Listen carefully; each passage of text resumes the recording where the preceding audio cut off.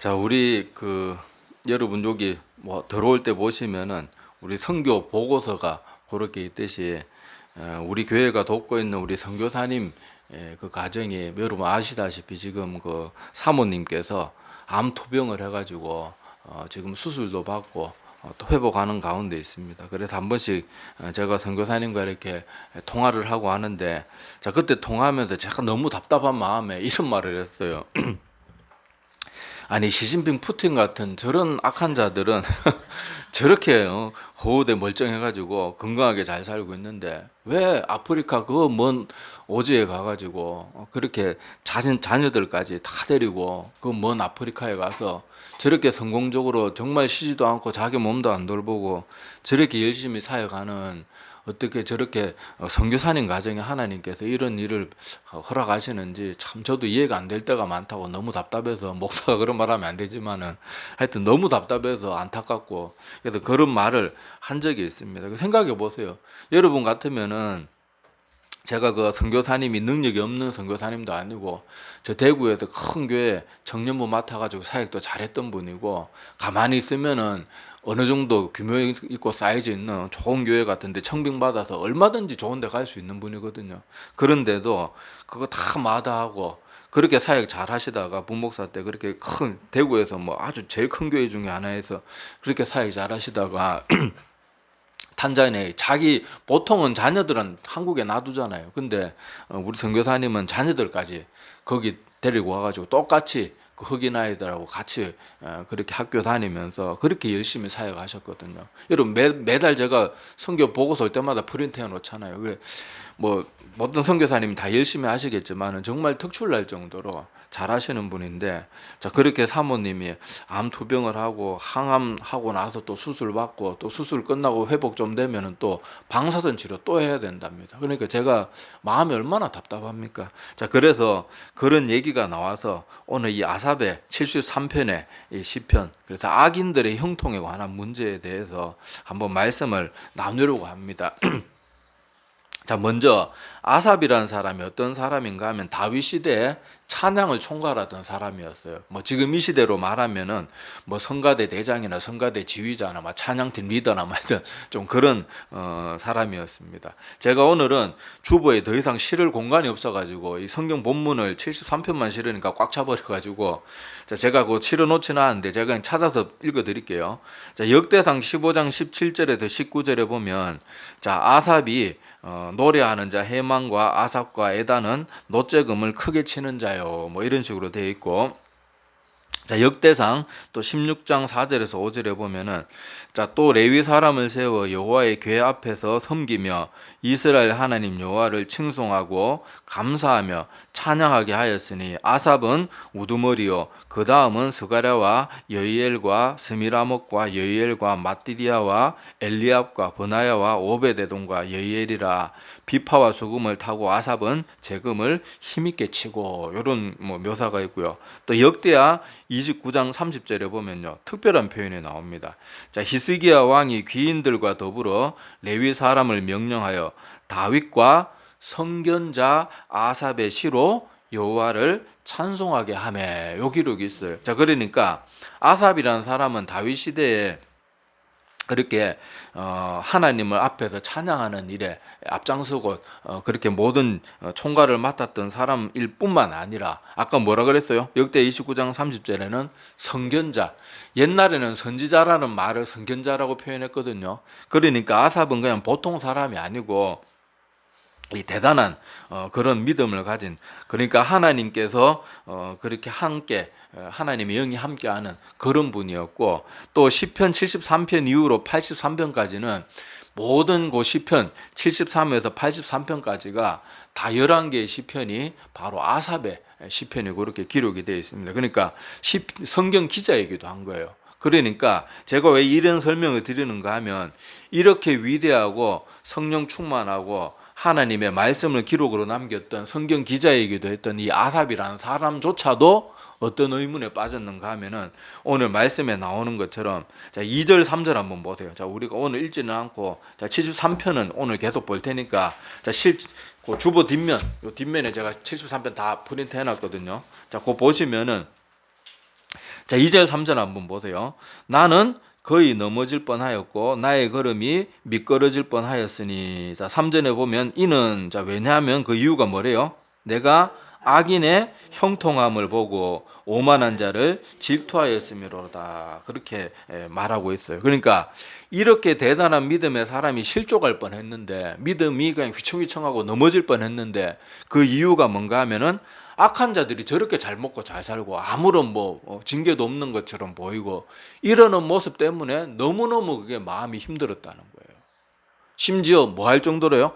자기 믿음이 그냥 송두리째 그냥 휘청거릴 정도로, 그 정도로 힘들었다고 말합니다. 그래서 저도 아까 선교사님한테 답답한 마음에 그런 말을 했다고 했지만은, 우리도 세상을 살다가 보면 똑같은 의문이 들 때가 있어요. 아니, 세상에 착한 사람들이 항상 어려운 일 당하고 보면 못된 인간들, 특히 우리나라 정치인들 중에 올바른 인간들 몇 명이겠습니까? 말을 그냥 거짓말을 밥 먹듯이 하고요. 나라 공금 횡령하고 그거 전과자들이 수두룩 하고요. 이게 무슨 나라 꼴이 이게 뭡니까? 그런데 걔들 한번 보세요. 걔들은 죄 지어도 맨날 집행유예요. 그냥 한번 걸려가지고 좀 되면은 그냥 마스크 쓰고 휠체어 한번 타고 왔다 갔다 하면은 그냥 맨날 그냥 무죄 방면이고, 말이 집행유예, 무죄 그 방면이나 다름없지 그게 무슨 그 처벌입니까 그게? 근데 그런 사람들은 항상 잘 먹고 잘 살고, 그 목사가 되어서 사역을 해봐도요, 참 마음 아픈 게 이 성도들을 신방하다가 보면은 정말로 착한 분들이 많아요. 목사보다 훌륭한 분들이 많습니다. 사람들이 목사가 맨날 앞에서 마이크 잡고 좋은 말만 하니까 목사들이 되게 그런 줄 아는데, 사역해 보면요, 목사보다 훌륭한 성도들이 훨씬 많습니다. 그런데 그렇게 훌륭한 성도님들이 그렇게 어려운 일이 계속해서 연거푸 일어나고 그러는 걸 볼 때마다 좀 솔직히 하나님 원망스러울 그런 마음이 들 때까지, 하나님 어떻게 이렇게 착하고 천사만큼 이렇게 착한 이런 분들에게 왜 이런 고난을 끝도 없이 허락하십니까? 저 교회에서 맨날 다른 사람들이 힘들게 하고 저 사람 때문에 교회 옮기는 사람이 속출하는데도 저런 인간은 맨날 저렇게 잘 먹고 잘 살고 그렇게 나가서는 또 사람들한테 좋은 사람인 줄 알고 인정받고 저렇게 못되게 행동하는데, 저런 사람들은 저렇게 잘 되고 왜 이렇게 천사같이 착하고 이런 분들은 왜 계속 고난이 이렇게 끝이지 않납니까? 하나님, 저희들이 맨날 기도하잖아요. 이분 좀 잘 되게 해주시면 안 됩니까? 그런 마음에 그런 생각들이 들 때가 있거든요.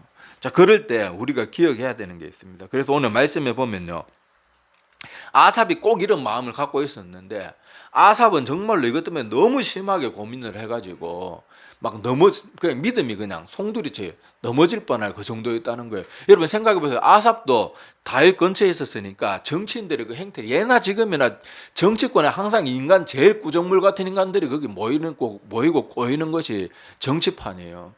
심지어 교회 정치판에도요, 교회에서 정치한다는 목사들 중에 올바른 목사가 거의 없습니다. 교회는 관심도 없고 성도들이야 죽든 말든 상관도 없어요. 이상하게 정치판에는 그런 사람들이 꼬이는데, 아삽도 그 나라에서 제일 높은 위치에 있었던 사람들인데 주변에 그런 인간들이 얼마나 많았겠어요. 그러니까 주변에 그런 인간들을 계속 보니까 아삽이 정말 우리보다 더 심각하게 그걸 느꼈겠죠.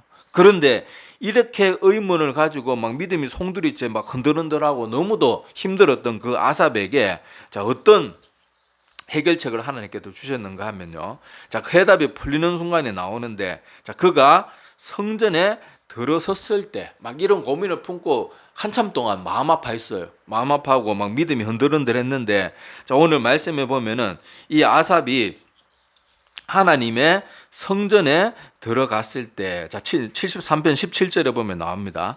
자, 16절부터 읽어볼게요. 자, 내가 어쩌면 이를 알까 하여 생각한즉 그것이 내게 심한 고통이 되었더라. 자, 그렇게 말하고 있고, 17절에 보면 자, 이렇게 고통스러운 시간을 계속 보내고 있었는데, 자, 17절에 보면 하나님의 성소에 들어갈 때야 그들의 종말을 내가 깨달았나이다. 그러니까 아삽은 이 문제로 너무 마음이 아팠어요. 악하고 정말 그런 인간 같지 않은 사람들이 저렇게 잘 먹고 잘 사는 거 보니까 너무 마음이 아팠어요. 우리도 지금 살아가는 세상 보세요. 시진핑, 푸틴, 김정은이 저 미얀마의 저 군사 쿠데타 일으키는 이름도 잘 모르겠는데 그런 사람들, 저 미국의 트럼프도 약간 정상이 아니잖아요. 저런 사람이 청교도 국가의 대통령이라는 것도 잘 이해가 되지 않고, 세계 곳곳에 지금 지도들 중에 올바른 인간이 없어요. 프랑스 보세요. 프랑스 이번에 올림픽 개막식 할 때 얼마나 더럽고 추합니까? 그런 걸 용인하는 그런 지도자들이 한 나라의 세계 정상들로 지금 세워져 있으니까 이 세상 꼴이 뭐냐. 근데 그 사람들 보세요. 다 잘 먹고 잘 살잖아요. 그러니까 아삽도 그런 것들을 주변에서 다윗 곁에 다 옳은 사람만 있었던 거 아니거든요. 다윗 심지어 틈만 나면 다윗 죽이려고 하고, 다윗 시편에도 보면은 다윗이 그것 때문에 얼마나 많이 마음 아파합니까? 이유도 없이 나를 미워하고 날 죽이려고 하는 그런 사람들이 많았다고 그러잖아요. 그러니까 아삽이 그런 걸 볼 때 얼마나 힘들었겠어요. 근데 그 의문이 언제 풀렸다고요? 하나님의 성전에 들어설 때. 자, 그리고 그 깨달은 이유가 그들의 종말이 어떻게 될지 하나님께서 깨닫게 해주신 거예요. 깨닫게 해주신 거예요. 여러분, 그 사람들이 이 땅에서 잘 먹고 잘 살고 사람들한테 위치적으로는 존경받는 위치에 있다고 해서 그들이 그런 식으로 살면 하나님 나라에 들어갈 수 있고 하나님 심판을 면할 수 있을까요? 아니요. 절대로 그렇지 않아요. 이 땅에서 사람들에게 아무리 존경받고 아무리 돈으로 다른 사람들 위해 군림하고 아무리 자기가 가진 권력으로 자기 하고 싶은 대로 다 하고 산다고 그러더라도 하나님 앞에 설 때에는 그 모든 것이 그 종말이 딱 정해져 있는 거예요. 자, 그래서 18절도 한번 계속 봅시다. 주께서 참으로 그들을 어떤 곳에 두셨다고요?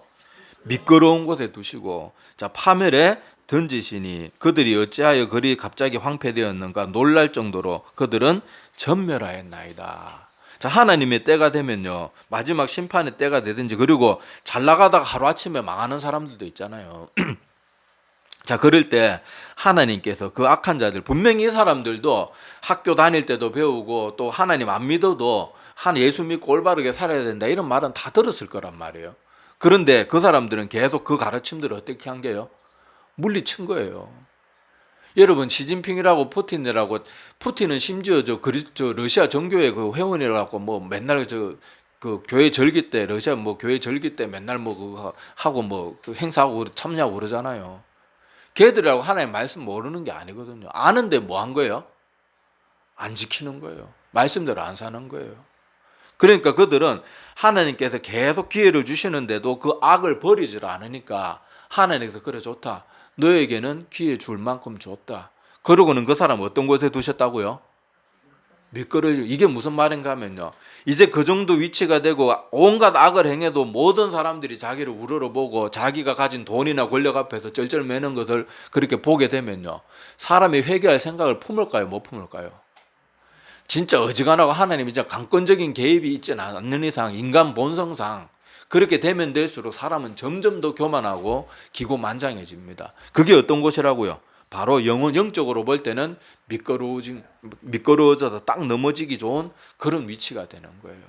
그러니까 아삽이 하나님의 성전에 들어갈 때 깨달은 거예요.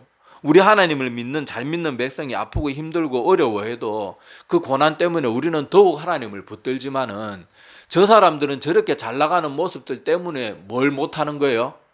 자기의 죄를 깨닫지 못하고 자기의 악을 깨닫지 못하고 오히려 자기의 악함을 자꾸 더 축적해 나가는 거예요.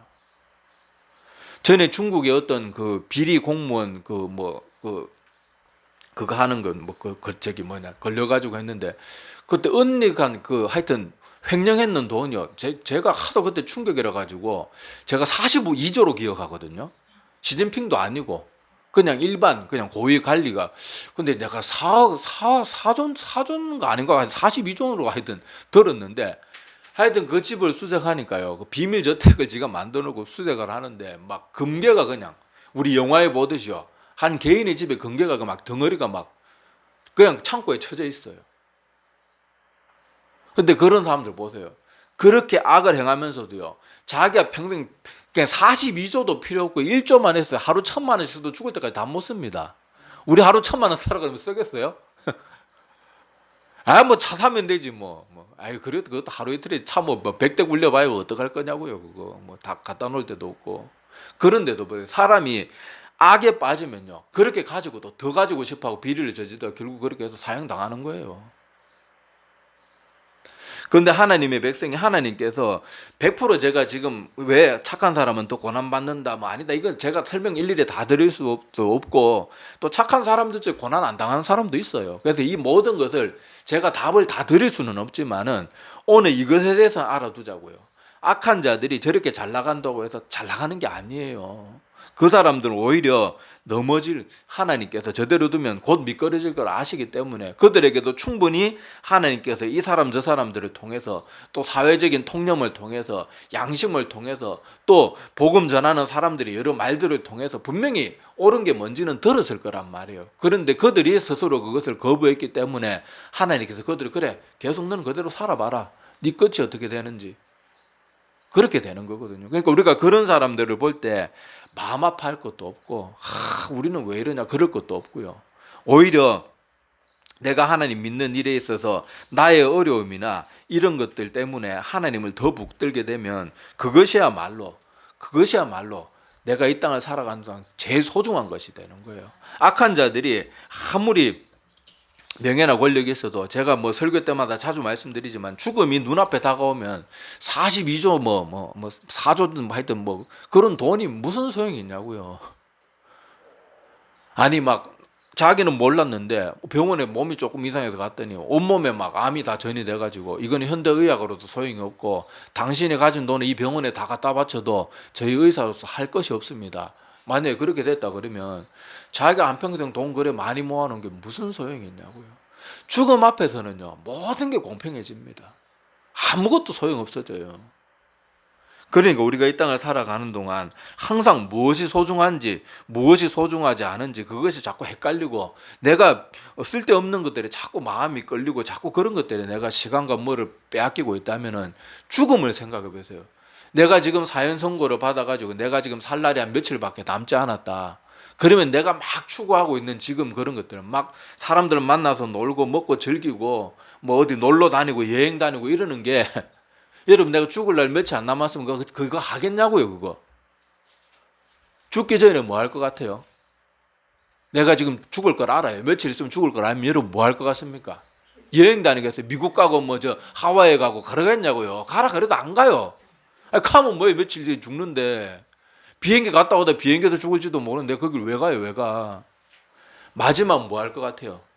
내가 죄 지은 거 하나님 앞에 진심으로 회개하고 내가 하나님 정말 구원받는 참된 믿음을 가져야 돼. 그건 막 정말 죽을 동안 살 동안 모르고 기도할 거고, 또 뭐 하겠어요? 사랑하는 가족들한테 마지막으로 자기 유언 남길 거 남기고, 잘못한 것들 식구들한테 또 용서를 구하고 그러지. 누가 죽음을 앞에 두고 야 돈 가져와라, 내가 죽더라도 내가 돈에 깔려가지고 야 이게 다 1,000원짜리로 바꿔와, 내가 돈 입을 덮고 자야 되겠다, 이런 사람 누가 있겠냐고요. 근데 사람들이 옆에서 수많은 사람들이 죽어나가는 걸 보면서도 이 지금 미끄러진 곳에 있는 이 악한 자들처럼 다른 사람들, 지금 세상에 빠져 있는 사람들도 다를 게 없어요. 그냥 형태만 다를 뿐이지 사람들이 죽음 앞에서 아무 쓰잘데기 없고 소용없는 것들에 하루 종일 시간을 낭비하고 있어요. 하루 종일. 우리가 더 이상 이렇게 살아서는 안 됩니다. 오늘 나를 미끄럽게 하는 게 뭔지를 한번 생각해 보세요. 악한 자들이 잘 먹고 잘 산다고 정말로 잘 사는 게 아니에요. 그 사람들은 영적으로 볼 때는 제일 불쌍한 사람들이란 말이에요. 우리는 세상에 소망이 없으니까 하나님을 더 붙들고 살기 좋은 그런 위치에 있는 게 어떻게 보면 영적으로 더 유리하다니까요. 그런데 모든 것이 부족함이 없어요.